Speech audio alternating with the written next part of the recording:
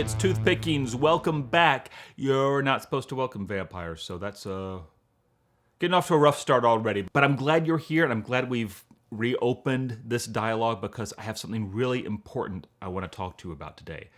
The last time I was on this channel, the environment was different. It looked classy. There was a really nice microphone. The sound was good. What I'm saying was it was professional and it had high production standards, which is very off-brand for what we usually do here at Toothpickings. But it's all a lead up to today. The point is, the last time we were together, I was doing a recitation of Heinrich Ossenfelder's Der Vampir, or The Vampire from 1748, a poem widely considered to be the first appearance of a vampire theme in any sort of creative writing. And I mean, creative writing could be a novel, poetry, verse, anything that isn't nonfiction. I prefer nonfiction. Well, then you'll love this one. But Der Vampir wasn't the first piece of creative writing to feature vampires. There is another option. There is another, and it's been right under our noses for almost 300 years, and you're going to hear about it first here today. And the coolest thing about it is we don't even have to erase Der Vampir from the record. It all ties together like a really good Agatha Christie novel, and I'm going to try to take you through that briefly now. See, Der Vampir appeared in 1748 in a sort of mainstream scientific journal called The Naturalist, or Der Naturforscher in its native tongue. It was sort of a bow on a two-part series that Der Naturforscher had been running. Issues 47 and 48 dealt with vampires, and it was sort of a very kind of cold and clinical examination of all of the happenings going on in Eastern Europe at the time. A lot of, can you believe what's happening in Serbia right now? They're digging up graves. I know, ridiculous. You know, kind of very dismissive of the whole vampire phenomenon. And Der Vampir came along and sort of tied everything together in sort of a dramatic way. But here's the thing. Issues 47 and 48 of Der Naturforscher take the form of a letter addressed to someone named Isaac. Who is Isaac? He's not the editor of the journal. He was not on staff at the journal. Who is Isaac, and why is he getting letters written to him about vampires? Now that I have your attention. Well, as it turns out, and this was recognized over a century ago by Stephen Hawke, the contents of Der Naturforscher was lifted without attribution from an earlier French text. Der Naturforscher just took the French text, translated it without any kind of, authorship, and put it out to the German public as something original. I'm trying hard here not to say plagiarism, but it's plagiarism.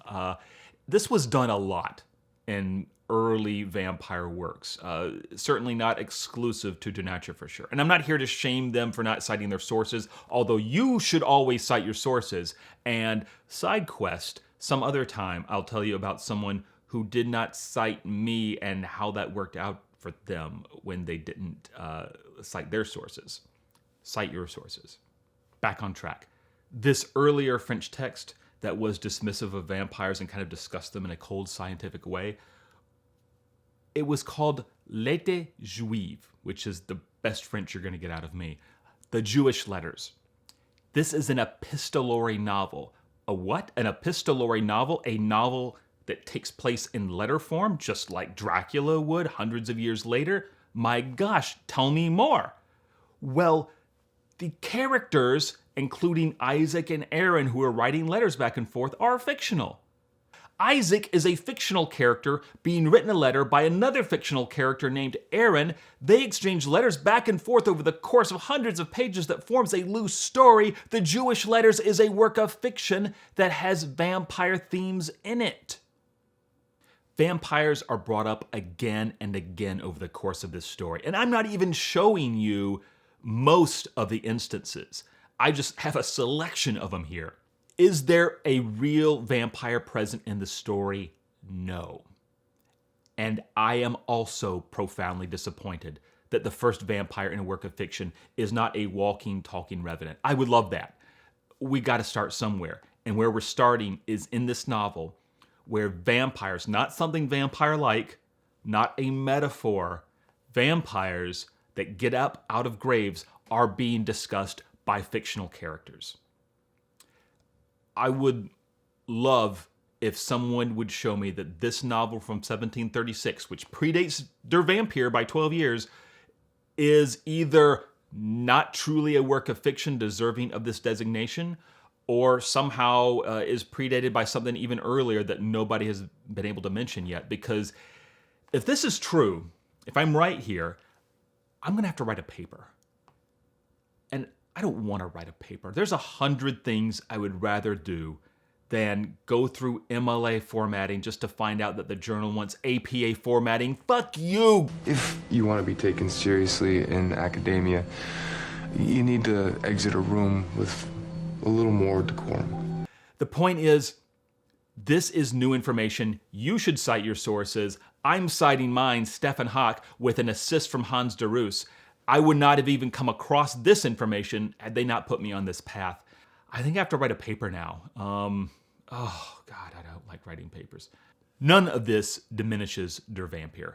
It is still the first vampire-themed poem, and I think that there's a real kind of poetry, if you will, to the fact that this first vampire theme in a novel inadvertently gave rise to the first vampire poem. Not a straight line, not intentional for sure, but that's where we ended up, and that I think is kind of beautiful. Everything is connected. Postscript. This is the second time I've recorded this video. The first time I went way too deep on who Ossenfelder is and his background. It was kind of researching Ossenfelder that brought me to where we were today. I think maybe what I'll do is I'll take and cobble together my previous videotaping into something that's just a deeper dive on just Der Vampir, and I'll post that at some other later date because Ossenfelder's interesting. Managed to find some information about him that is not widely available or that I've found anywhere on the internet. So just if you were interested in Der Vampir, the first vampire poem, and its author, and maybe some of the circumstances around that, watch this channel. That might be coming up sometime in the not too distant future. I'm sorry it's been so long since I've been here. I think you can tell I haven't been idle though. It's been a lot of deep diving, a lot of digging through archives, and that's not real fun to make videos of. I wanted to come to you when I had something conclusive to share, and I think this was big enough to warrant coming on the channel with. So I thank you for your time. Thanks for your support. It's good to talk to everybody. Check in sometime. Let me know how you are, and we'll be talking again in the near future, I hope.